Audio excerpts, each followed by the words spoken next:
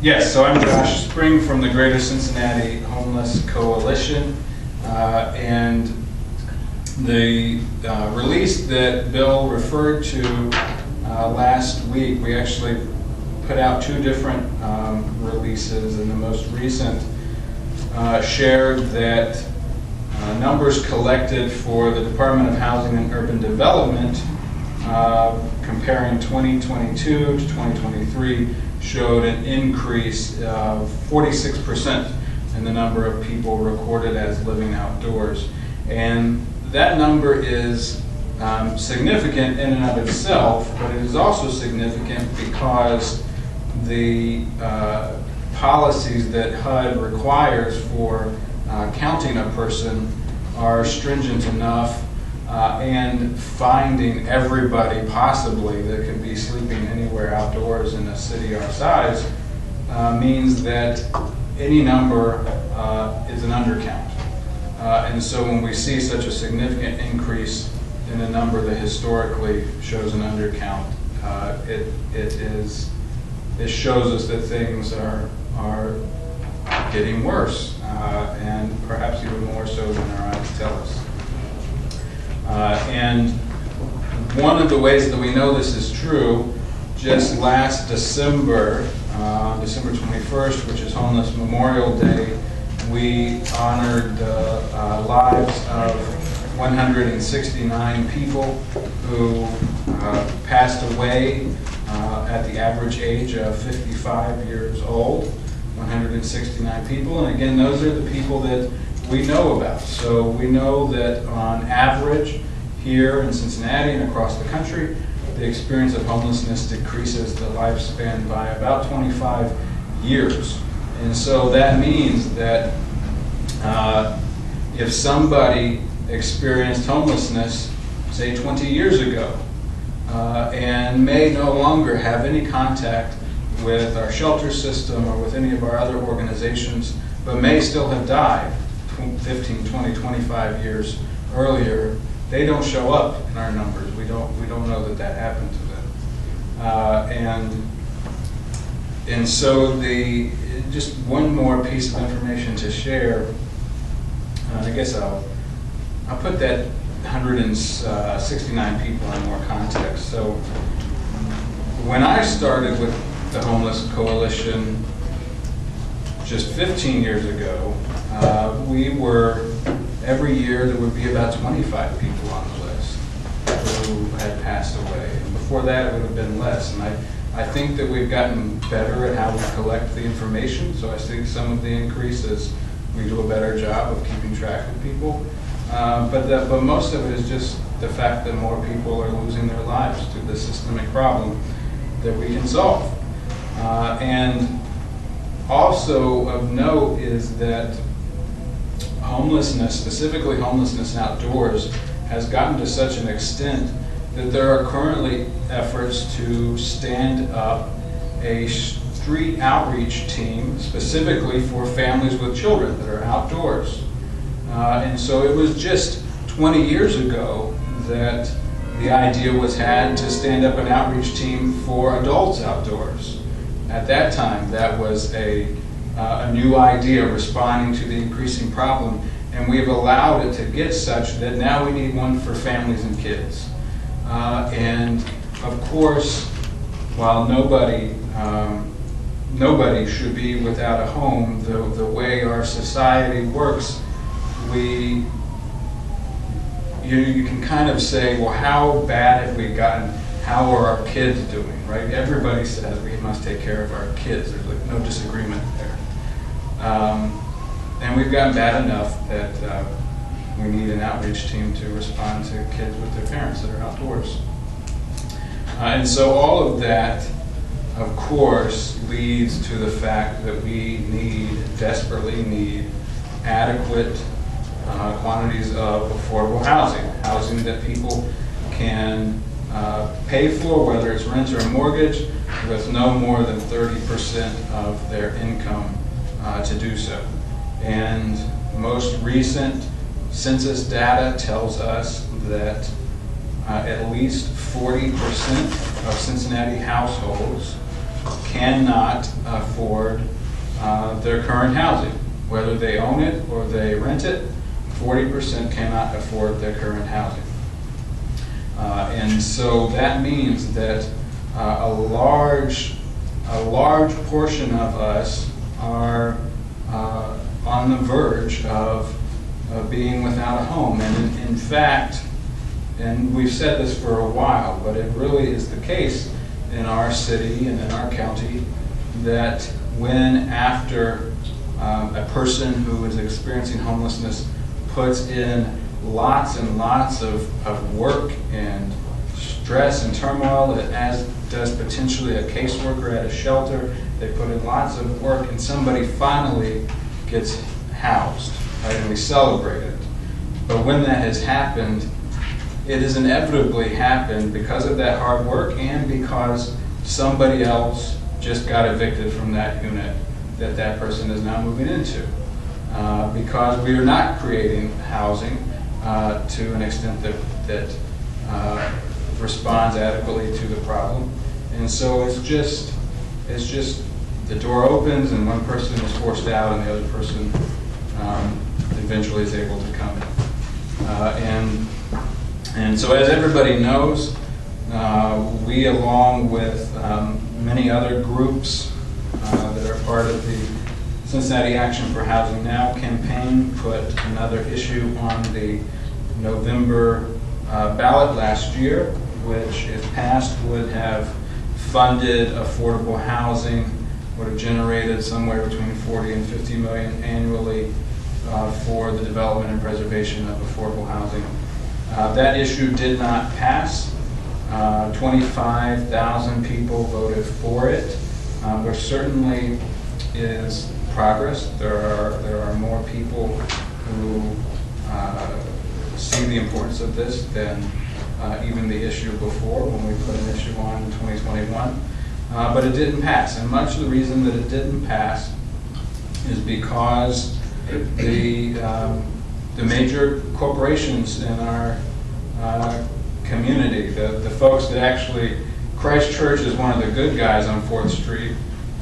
There's other companies on 4th Street. And if you look at the campaign finance reports, they're the folks that put hundreds of thousands of dollars into fighting our ballot initiative. And so that includes Western and Southern, it includes the Chamber of Commerce, American Financial Group, all of which are within walking distance. And they were able to put scary information, whether the truth of it didn't matter, but scary information in people's mailboxes over and over and over again. And so we did the many folks that were part of our campaign and our part, we did a good job knocking doors. We knocked about 10,000 doors. We spoke with thousands of people.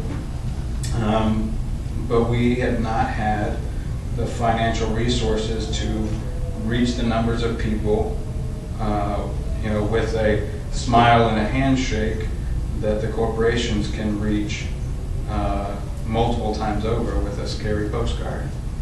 And so, to that end, just because our issue didn't pass in November, certainly the problem hasn't gone away.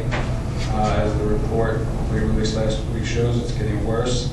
And so we are continuing to work. So just in the past 30 days, we've had 2 well-attended large gatherings of individuals and representatives of a variety of organizations to figure out what are we doing next with our campaign for affordable housing. What is the next move for Cincinnati Action for Housing Now? And if you, and hopefully folks out there listening, are watching, if you want to get more involved or remain involved, please engage the work that we are doing. And you can access our website at Cincy with an I, CINCI, homeless.org.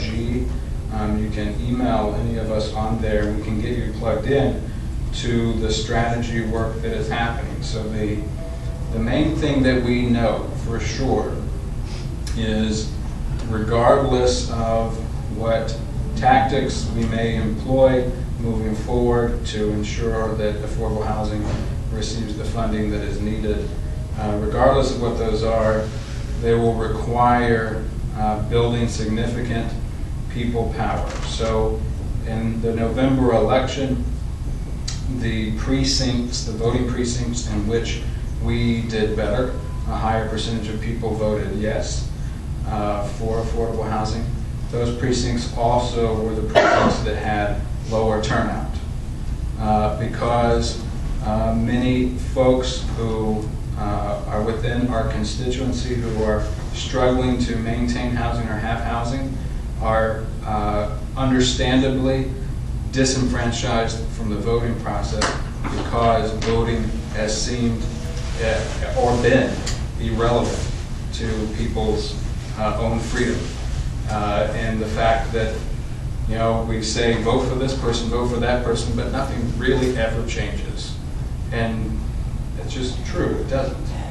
And so as we continue to move forward, we know that organizing with people that are experiencing the problem to get more folks involved in something that really would create change, something that people could feel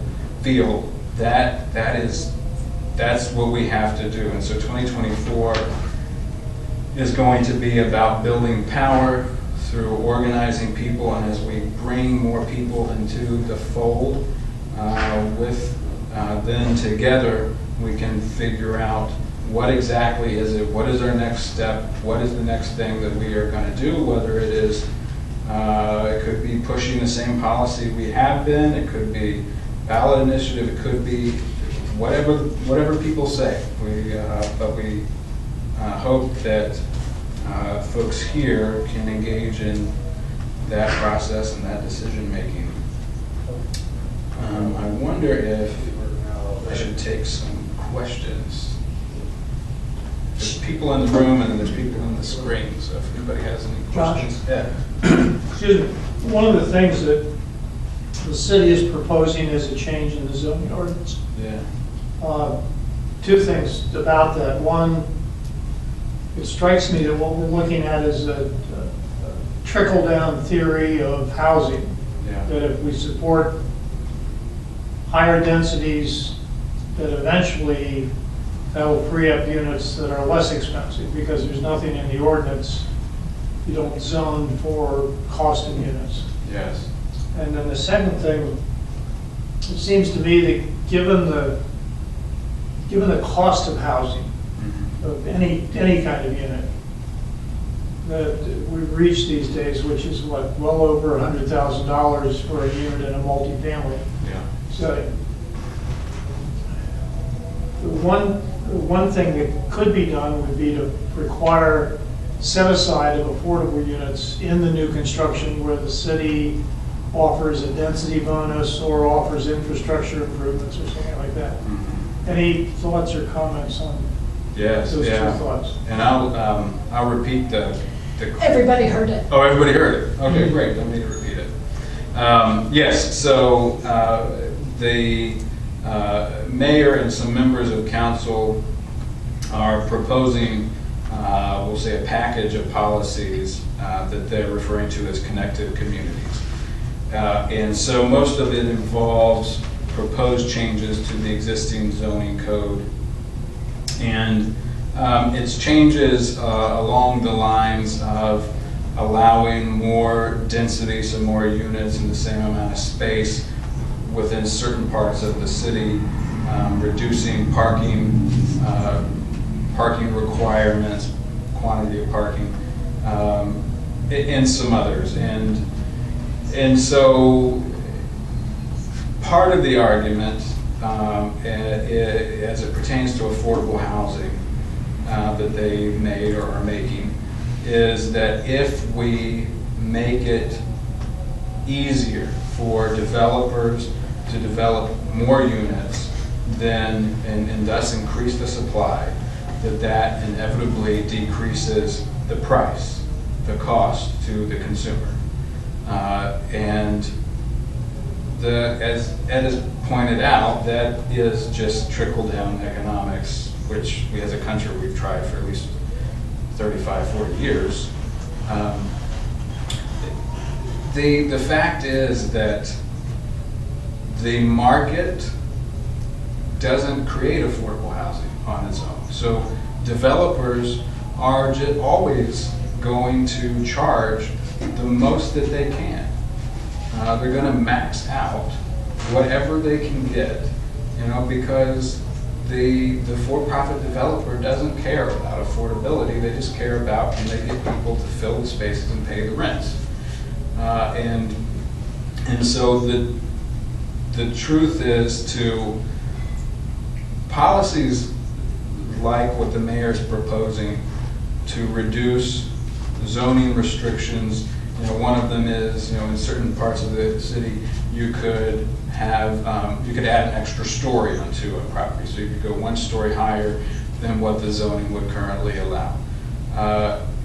You can reduce, don't have to have a parking lot, right? So you can have more footprint for housing.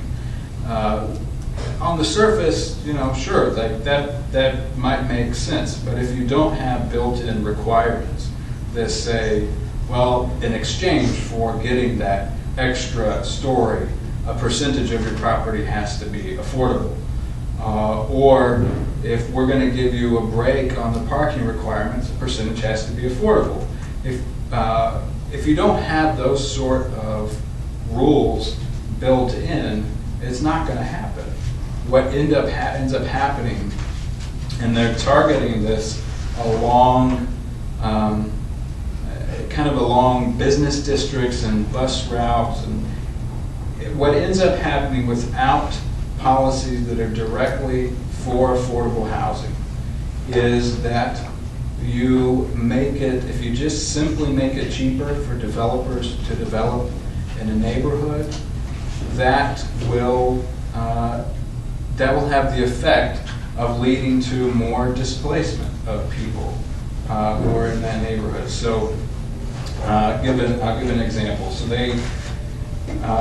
before coming here, I was on the city's website that's promoting all of this, and so they give the example of if you add the extra story, you reduce the parking, so now you have more units of housing. You therefore have more people, and because you have more people, they can better support the businesses on the first floor, right? So if we look at Over the Rhine as an example, Over the Rhine is a good place to look. About somewhere between $1.5 to $2 billion has been invested in Over the Rhine in the last 20 years, primarily on housing. And Over the Rhine certainly is historically built to be dense and walkable. And so it's a good place to look. And as the businesses along Vine Street, the newer businesses there came in, they were provided subsidy to open their stores. So they were provided support. Zoning variances have been given over and over to businesses like that. And what do you see as you drive or walk along Vine Street? You see all expensive restaurants, bars, maybe a couple expensive furniture stores, things like that. But you don't see a hardware store, which used to be there. You don't see a dry goods store. You don't see a grocery store. You don't see the things that people who actually live there and might not have the means to drive need. You don't see all of that. And so without regulation, that's what you get. We get a neighborhood that is built for tourists or built for people that can afford to drive all over to get the things that they need. But Ed? I was looking at 2020 census data for over the Rhine yesterday. Yeah. And I'm trying to do this in my head, which means it's probably wrong, but it appears that 3/4 of the over the Rhine population has moved in this century, since Yeah. since 2000. Yeah. So the need for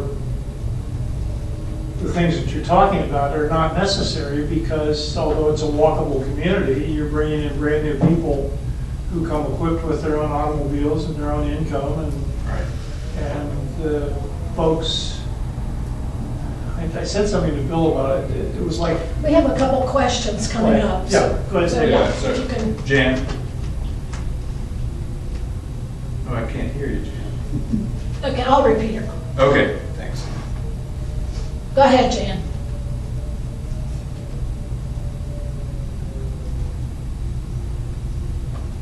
Connected community, you mentioned, Yep. land use.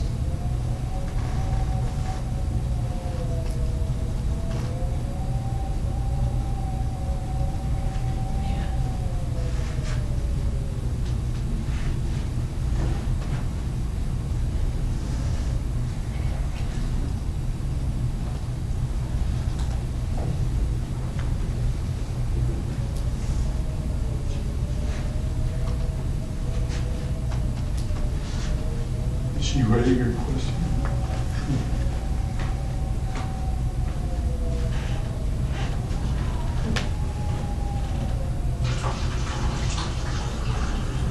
Okay, she's got quite a long question. Okay. Let me see if I can, she's asking, will people be, Okay. let's see.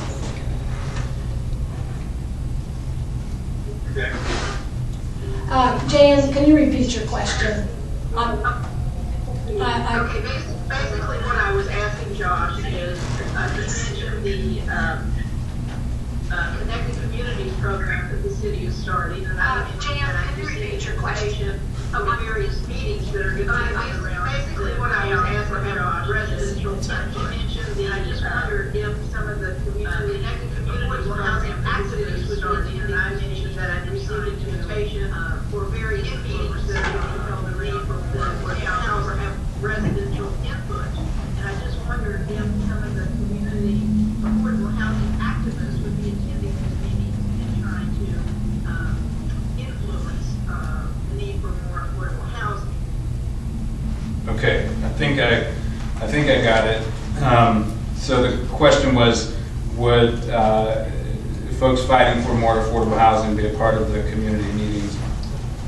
Yeah, I think the simple answer is yes. And second is, I think it's important, and we've started working on it. I think it's important that we look at what the council and the mayor have put together and try to do a good job of publishing an analysis of it in terms of how it would positively or negatively or neutrally affect people with low incomes struggling to maintain housing or have housing. So I know that part of this, all of this, of course, is political. We've been pushing for affordable housing, positive affordable housing policy for so long. Politicians respond, and as politicians do, the response tends to be, not exactly what it needs to be. And so we know that in the background they are pursuing a variety of organizations, asking them to get on board with this Connected Communities. And I think it would be good for us to encourage groups, don't just sign up and say you're on board with this. There's plenty of reason to doubt it. There's plenty of problems with it, but let's at least put out something that we can all dissect and figure out does it need to be improved? Does it help at all? And I see Chuck. I'll try to repeat his question. Okay. Yeah. Go ahead. Good.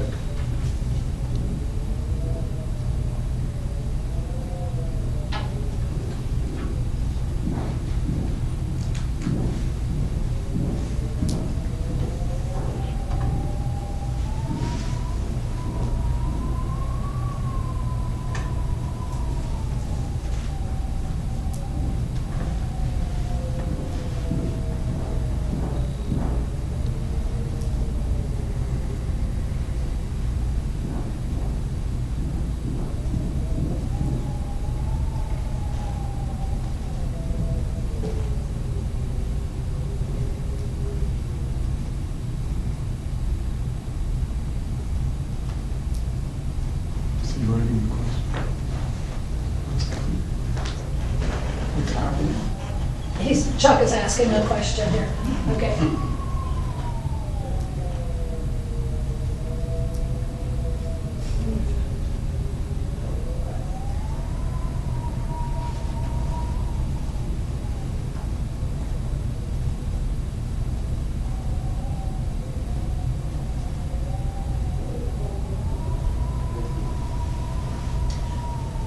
All right. Stop, Chuck.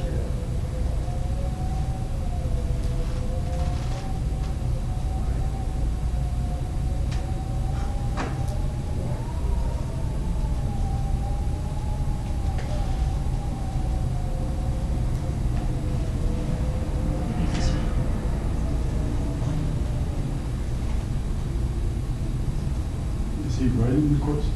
I think he's dictating it. Okay, what he's saying is, there's a lot of housing. Let me get this way. A lot of housing that's already here. See if that helps. There's a lot of housing that's already here.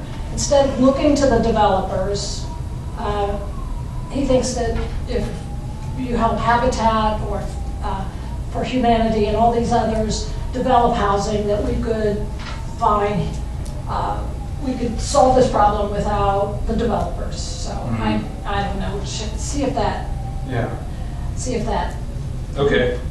can you hear? I can't hear anything on there. Okay. That's okay. Okay, so Alice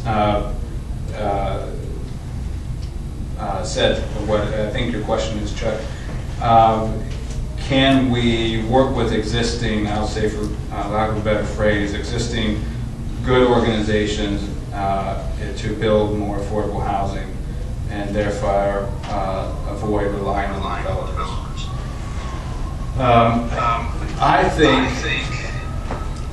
I think that the bottom line answer to that question, and unfortunately to almost all of the questions regarding affordable housing, is that we have to invest a lot of money into it. And I say unfortunate because, you know, I wish we didn't rely on money for anything, but we do. And so, yeah, the truth is that whether it's a developer or an individual, you know, the number of times that the Homeless Coalition that we have somebody, often somebody who is experiencing this problem or has experienced it or grew up experiencing the problem of lack of stable housing or homelessness. We get calls from people in that situation who have excellent ideas of things that they would like to do in their neighborhood to serve their neighbors. And that's repeated 10 times over throughout our city. There's lots of smart, capable people here. And the fact is that the only way that any of those good ideas actually see the light of day and come up out of the ground so that people can house their own neighbors themselves is if we put money into it. And so kind of gets back, I think, to, you know, Ed's question of regulation and all. It is, we can make zoning changes from now till forever. And some of them may be wonderful zoning changes, some of them may not be. But it won't make a significant enough difference unless we invest significant dollars in. And so I think there are the good organizations out there. I think there are people that have good ideas that don't get off the ground because we don't put money into it. And even the developers that we're often not friends with, if we knowing that they tend to go where the money is, if we say here is the money and here is exactly how you have to use it, then even they can develop affordable housing that is regulated. So I think the bottom line is, you know, often politicians, they want to get the biggest social or kind of performative bang they can with the smallest amount of investment. And so they're yet again proposing investing no new dollars, just some changes in zoning. When you talk about the money, Yeah, I'm thinking about, you said the politicians like to get the most bang for their buck with the least amount of money. yeah, As a taxpayer, yeah, as I, go to houses to look at, to purchase maybe, Sure, okay? yeah. I find that many have had tax abatements on them for 30 years. There are Right. some that are tax abated for 30 years. yeah, These are, and I'm not looking at them necessarily to buy, but Yeah. it's one of my things I do. yeah. But that's not a small amount of money. That's a Right. significant amount of money that Yeah. the politicians gave, whomever, Yeah. gave to the Yeah. developers. Is there any way to incentivize developers in the same way to produce affordable housing? Is there any way to do that? Yeah, so the question of tax abatements, I believe that a part of the answer, I think the first part of the answer to the affordable housing crisis is investing the large sums of money. I think additional parts are changing the incentives, the regulations that we have now. And that includes the tax abatement. So, it would make all the sense in the world for us to say, if we're going to give you a tax abatement, a percentage of what you develop needs to be affordable at this level. That makes a lot of sense, because one of the arguments that the city will make is, well, when we give out these tax abatements, we're not actually losing anything. There's not money. We're not giving away money, but we are, in that as a city we collect a set amount of dollars every year in property taxes. I think the number was 29 million. It may have changed some recently, but it's a number that we negotiate at the state level, and based on how much we're going to tax folks out there, how much abatement we'll do. And my guess is, and I can't, somebody should check my math, but I think that probably with the amount of tax abatements that we give away, that we could probably increase our property tax collection, bring more money in for the things that we need, and the average Cincinnatians not pay any of it, right? That we have the folks that are developing these large buildings and making lots of money, that they pay an adequate share. When one person doesn't get it, a good example of this is, and maybe this is on a smaller scale, but if you take any of our neighborhoods, and perhaps you've got a family that lives in a home, or it could be an elderly person who lives in a home where they raised their family, right? They bought it. It took a lot of years of work to buy it. They are continuing to pay their property taxes on it in that neighborhood. Here is developed a new property. That new property, the increase in value on their property, all of that gets abated, right? They're not paying for it. But it still drives up their neighbor's property value, and they have to pay it. So if you just connect that to our earlier conversation about connected communities, without proper regulation, we decrease regulation, so you can now develop a more dense property right here on this corner in whatever neighborhood, increasing the values in that neighborhood. What about the neighbor next door? What happens to them if they can't afford their taxes anymore? The connected community stuff doesn't account for that. Just one example. Yes.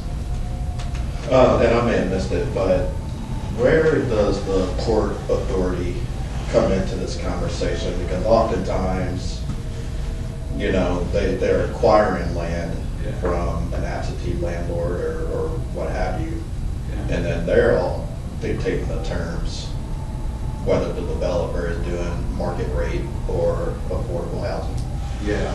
Yeah, the Port Authority, is a confusing body. They are a governmental body, right? They are supported heavily by county and city funds. They have, my opinion of what the problems with the port is that they are a governmental organization that operates primarily using significant public funds, but they are so confusing and run in such a way that they look like they are private, right? So there should be democracy involved in their processes, and there isn't. And so they, for example, we might get some good things. They bought 192, I believe, single-family homes that had been purchased by an out-of-town company, were falling into disrepair. They bought those. How can we save them?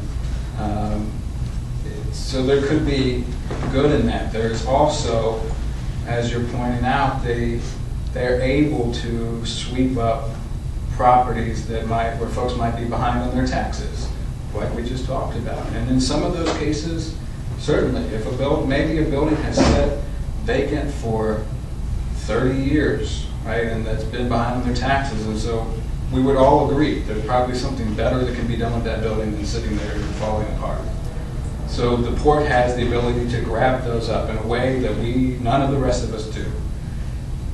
The question then becomes, who tells them what happens with it after they grab it up?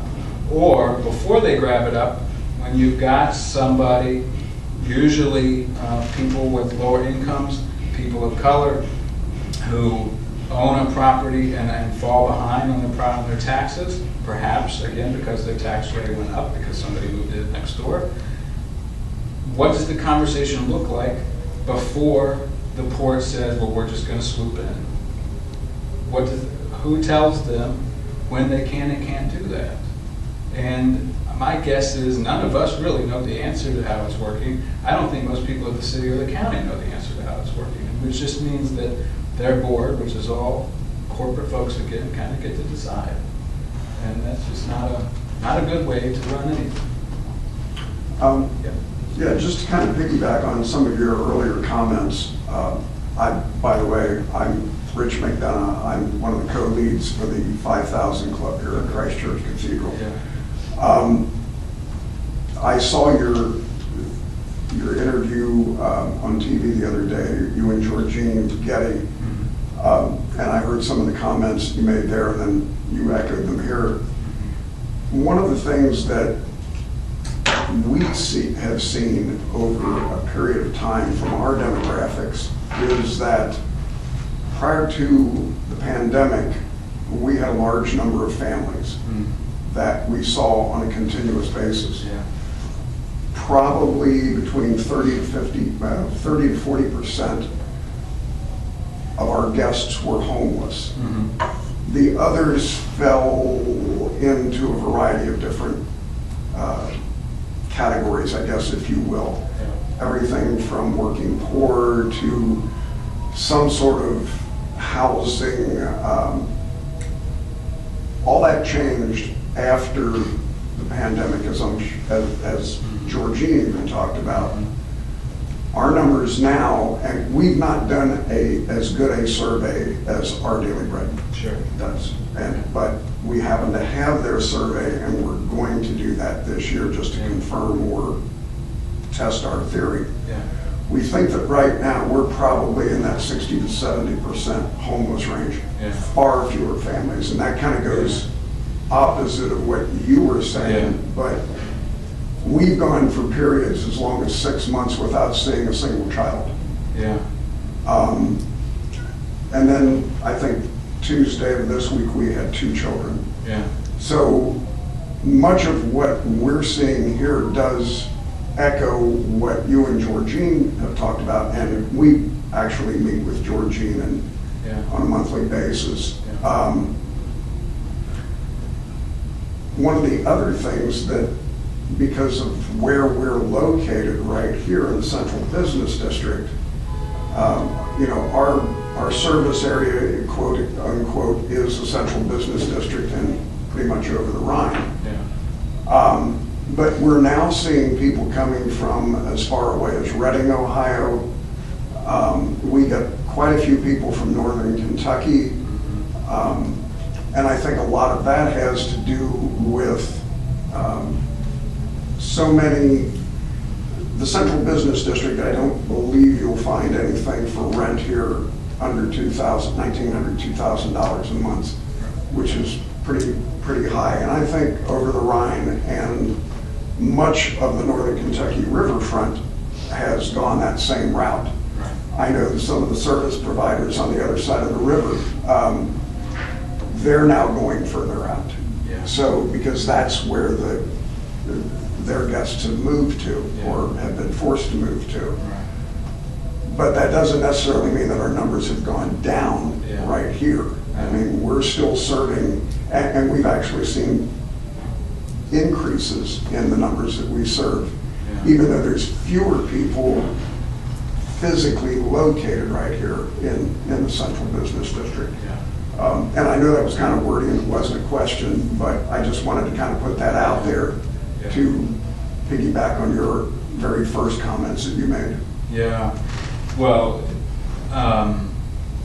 you know, in what you said, yes, obviously that does mirror what Daily Bread is seeing, an increased percentage in people coming through that are experiencing homelessness. And you mentioned Christchurch's Tuesday evening meal seeing less families with children, and that's interesting. And I don't know for sure what the cause of all of that is, but something that comes to mind is if you have seen, if overall the numbers showing up at Christchurch Tuesday evenings has seen an increase in the percentage of people showing that are experiencing homelessness, perhaps you could think that that a higher percentage of the families with children that once came are now experiencing homelessness, similar to the rest of the group. And if that is the case, people experiencing homelessness outdoors often want to remain out of sight for fear of criminalization, and even more so amongst families with children. Yeah. And so you might be in a car in a dark parking lot because you don't want a cop finding you because you're afraid that the county will take your kids from you, which, by the way, is not legal, but it doesn't mean it doesn't happen. Being without a home is not an adequate reason to remove somebody's children. But that might be part of why less families show up, because they feel more vulnerable to being seen, perhaps. And I think you're right, but I also do believe that there has been some forced movement, if you will, out of this particular geographic area. I think, and again, talking with Georgine, I think she's actually seen some of that same thing that we have here. One of the things that both of us believe is that many of the families have moved, let's say, to West Price Hill, where maybe they weren't 10 years ago. There's more of a movement out there, and that's actually something that we're looking at along with a couple of other organizations, is identifying those places where families have gone, if they have. And how do you serve that? So that's just something else that we're looking at. One thought, just to leave everybody with. There is one more question. Oh, is there? Oh, yeah, go ahead. It's from Janet Buning, and I don't know. Can you update us on what is being done with the city's affordable housing fund? City Council opposed the affordable housing amendment, said they had a plan. Any progression on that? Sure, thanks. Yeah, so the Affordable Housing Trust Fund, which specifies the funds have to go to truly affordable housing, still only has $1,300 in it. The Affordable Housing Leverage Fund, which is operated by a private organization, that's where the city has put some money in there. And as with many things, there is some good that has come out of it. So one piece of good, Tender Mercies and Over the Rank Community Housing, this was last year sometime, or maybe in '22, did a development of affordable housing, right? And the bulk of the money didn't come from these city funds, but the last little bit that got it over the threshold did. And so there's good that can come out of it. It's just not required to do good, which is sort of relative to the earlier discussion about regulations. Most recently, I think it was published by WVXU that $34 million of what is in that account is virtually unusable, which was no surprise to us because we've said that $34 million is unusable since before it got there. The $34 million is a loan from HUD that we have to pay back with interest. And so, lo and behold, they're not really able to use it to develop affordable housing, because if you're developing affordable housing, you can't afford to be paying back a loan with interest.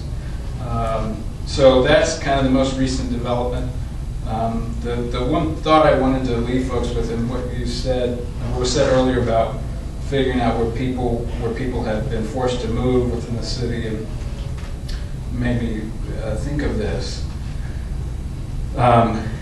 You know, as time goes by, there are changes, things that have been done in history that after an amount of time, more people than not say it was bad, right? So an example of that is the many displacements of people in West End, right? So for the interstates, for the creation of Queensgate, tens of thousands of people displaced, even in more recent history, Laurel Homes and Lincoln Court. And so we, with this historical mindset, we look back and we say that was racist, that was classist, and it was wrong. And it caused all sorts of trauma for lifetimes, right? What we need to do now is we need to have those same glasses on and see what we are doing right now, so that we don't wait 50 years and our kids and our grandkids say that was wrong and racist. We need to just identify it now and stop it now. And if we are doing things as a city that promotes one group of people to live in this part of the city and forces another group to live somewhere else, that's wrong. And that's what we are doing. That's what we see at the meal here at the church, what we see at Daily Bread, what we see in Over the Rhine, where people have been displaced from their homes, West End, Walnut Hills, on and on down the line. We're doing the same things that we've done, and we should just stop it now and do better. Yeah. You know, obviously, this is a huge issue that's lasted many decades. You know, the first issue that we found was the loss of federal money. So during the Reagan administration, about $56 billion were lost in federal housing across the country. So it caused many more children and families to be homeless. And I don't think the federal government has ever caught up with that. There have been some catch-up. Yeah. So this is the issue of money is a huge one, and it almost requires a multiple strategy. So it sounds like the coalition and the other people who are part of this coalition is now working on a multi-strategy. Where do we go from here to create, even if a ballot initiative fails, what are some programs that really will work that we need to put in place? Yeah. That's right. Yeah, the mission of the Homeless Coalition is to eradicate homelessness. So that means we can't stop doing what we're doing until we've done that. And yes, we are very much, along with many other groups, are engaged in figuring out what we do next. The end result has to be that everybody has access to housing that they can afford, good quality housing that they can afford. And so what are our next steps to achieve that? And different from politicians, we're not thinking about small steps, little things here and there that just feel nice in the moment. We're thinking about things that can undo generations of problems and can create, generation of success. That's what we want, things that last, past when we're all gone. And you can go to our website to check it out. Thanks. So you'll be working to build this new. Yeah, and everybody's invited. If you're with us, you're invited. We'd like to thank Josh for enlightening us in terms of the current situation. And obviously, this is a huge issue that's not going away and requires a lot of thought and a lot of money. So the thing that, this is just an aside, the thing I don't think a lot of people realize is the loss of housing in the last 30 or 20 years. Yeah. But we had a lot of housing. It wasn't necessarily so good, but at least it was affordable. Yeah. That's been sort of eliminated. That's right. Even those hotels downtown where somebody that was working in a restaurant could stay, those are all gone now. So what we have is a vacuum now. That's right. Yeah. When in 2009, we organized tenants of the Metropole Apartments to fight the closure of that building. It was at the time 223 units of affordable housing that 3CDC had purchased. It's now the 21-seat hotel. But tenants fought it for 2.5 years. We sued federal court. We had some success kind of legally, but everyone still lost their homes. And anyway, when that happened, the business district, which was one of the first racially integrated neighborhoods in the city, no longer could hold the designation as racially integrated. So this has not been a racially integrated neighborhood since the building closed in 2011. And so it's just, the effects are significant. And we turn around and the mayor and council say, we need to